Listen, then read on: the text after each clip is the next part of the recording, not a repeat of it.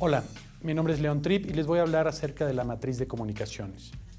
El plan de comunicaciones expresado en este caso mediante una herramienta conocida como matriz de comunicaciones es un plan subsidiario de la dirección de proyectos. ¿Qué nos dice el plan de comunicaciones? Al final, como comentaba en otro segmento, las comunicaciones tienen que ver con tres componentes: un emisor, un mensaje y un receptor. Entonces, al final, el plan de comunicaciones que debemos hacer durante el proyecto tiene que ir orientado en este sentido. Es decir, ¿qué mensaje vamos a comunicar en el proyecto? ¿Quién es el responsable de emitir la comunicación? ¿Y quién es el receptor de esta comunicación? Dependiendo de las necesidades del proyecto, el plan de comunicaciones puede ser formal, informal, puede ser hecho de manera detallada o formulado de manera general. Tenemos aquí un ejemplo del proceso para la creación de esta matriz de comunicaciones. Lo pueden ver de este lado. Primero que nada tenemos algunas entradas: matriz de interesados o stakeholders, cronograma del proyecto, factores del medio ambiente organizacional, son algunas de las entradas.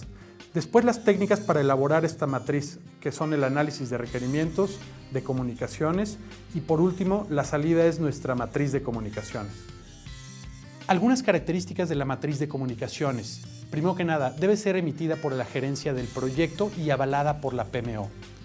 Número 2, debe ser precedida por el documento que conocemos como matriz de interesados o de stakeholders. Número 3, una vez hecho este documento es el punto de arranque de las comunicaciones del proyecto, de la gerencia del proyecto, hacia todo el equipo del proyecto y hacia todos los stakeholders. Número 4, y por último, debe ser un documento detallado, pero no a tanto nivel, porque esta matriz de comunicaciones va a cambiar a lo largo del ciclo de vida del proyecto. Bien, ¿qué incluye una matriz de comunicaciones? Típicamente incluye algunos puntos como los que voy a mencionar. Los requisitos de información de los interesados. Otro es la comunicación que vamos a difundir, ¿sí? Incluyendo el idioma, el formato, la persona responsable de generar la comunicación y de enviarla a todos los interesados, tomando en cuenta nuestra matriz de interesados, tomando en cuenta que no toda la información va dirigida a todos los stakeholders. Es decir, por eso tenemos grupos de interesados que son los que van a recibir cierta información. Vamos a definir en esta matriz de comunicaciones quién es la persona responsable de difundir la comunicación, quién es la persona responsable de obtener la retroalimentación de la comunicación, quién es la persona responsable de autorizar la divulgación de información confidencial, las personas que estarán dedicadas a este esfuerzo de comunicación, incluyendo el tiempo y el presupuesto dedicado a esto. El proceso de escalamiento es importante mencionarlo aquí para saber cualquier conflicto que no se pueda resolver en los niveles inferiores, cómo es que lo vamos a escalar. Vamos a incluir aquí también los nombres de las personas a escalar.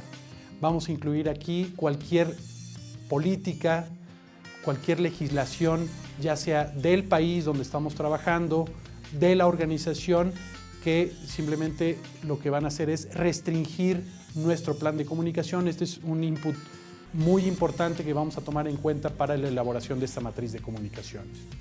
El método para actualizar y refinar nuestro plan de comunicaciones, tomando en consideración que nuestro plan de comunicaciones va a cambiar a lo largo del ciclo de vida del proyecto, pues bueno, vamos a definir cómo es el método, cómo es que vamos a actualizar este plan de comunicaciones.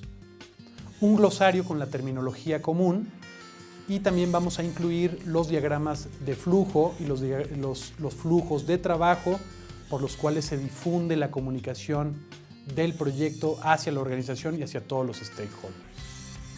Veamos un ejemplo. Aquí tenemos una matriz de comunicaciones de una reestructura del sistema educativo en Haití.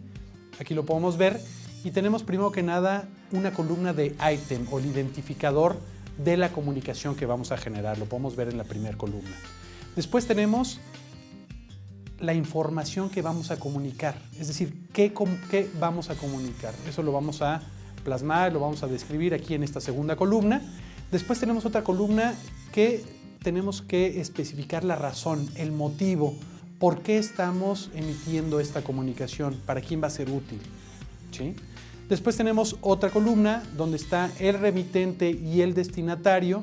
¿Sí? Primero que nada, quién la va a publicar, quién la va a poner en algún sitio público si es que tenemos en el proyecto, o bien el envío de esta información a los interesados. Después tenemos otra columna que es el método de comunicación, es decir, aquí especificamos en qué formato lo vamos a hacer, con qué tecnología, qué medios de comunicación vamos a utilizar, en fin, aquí es donde lo vamos a describir en esta columna. Después tenemos otro apartado que tiene que ver con las responsabilidades. Fíjense que tenemos, primero que nada, un responsable para la preparación de la información, ya sea que sea el responsable directo, el dueño de la información o simplemente la persona que tiene que recopilar esta información para prepararla. Después tenemos un responsable para la parte de envío, quién es el responsable de enviarlo, y por último un responsable de retroalimentación, es decir, asegurarnos que la persona destinatario haya recibido la información adecuadamente, de manera oportuna. Si hay alguna duda, si la información está clara, hay una persona que debe encargarse de verificar esto. En muchas ocasiones estos planes de comunicaciones son para proyectos pequeños, como lo habíamos comentado inicialmente, puede ser formal o informal, a mucho detalle o de manera general. Si el proyecto es un proyecto pequeño, en esta parte de los responsables seguramente será una misma persona. Después tenemos otras tres columnas que se refieren a tiempo. Primero que nada, la fecha de inicio, ¿sí? ¿Cuándo vamos a enviar esta información? Si tenemos alguna fecha comprometida, la vamos a poner en esta columna, en este apartado. Y por último, tenemos dos columnas más, una de frecuencia, si es que es una comunicación que vamos a estar generando continuamente, lo vamos a poner aquí, es quizá una información que vamos a generar semanalmente, quincenalmente, mensualmente, o simplemente si son reuniones de trabajo, también las vamos a poner aquí con esta frecuencia. Y por último, la última columna que tenemos aquí es de observación. Si hay alguna observación relevante, algún comentario específico que deba saber la gente que maneja la comunicación, lo vamos a poner aquí. Con esto concluimos la revisión de la matriz de comunicaciones. Por mi parte es todo. Muchas gracias.